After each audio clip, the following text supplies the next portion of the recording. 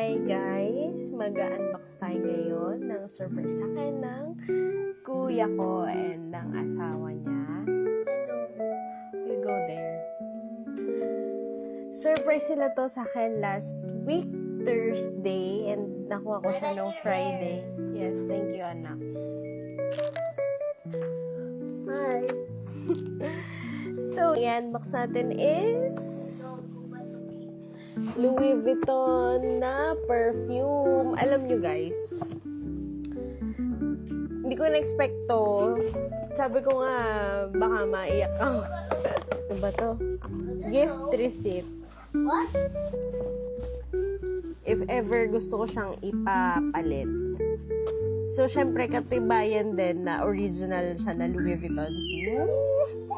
Sino ka dyan, sis? Card. Basahin natin yung card.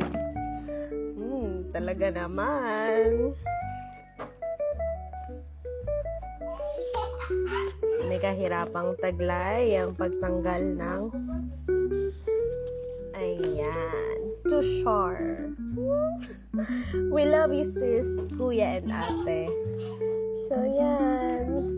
Grabe na-touch ako. Baka magkaiyakan tayo. Hanggang ngayon, parang feeling ko gusto kong maiyak dahil na-overwhelm ako na ano ba ginawa ko para ma-deserve yung ganitong klaseng mga tao. So, yan. Actually, this is my second Louis Vuitton na perfume. Yung isa, share kami ng husband ko. Regalo naman siya ng mother-in-law ko. And ito, pang sa akin na lang kasi pang babae siya. So, yan.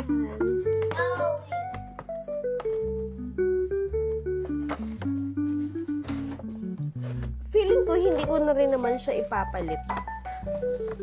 Kasi okay na ako. Nagtitiwala ako sa taste ng brother-in-law ko and sa wife niya. Kasi, dito pa lang sa labas kasi ang bango na. So, ayan siya. Pinag-iisipan ko pang maigi kung pupunta kami sa LV na store para mag-try ng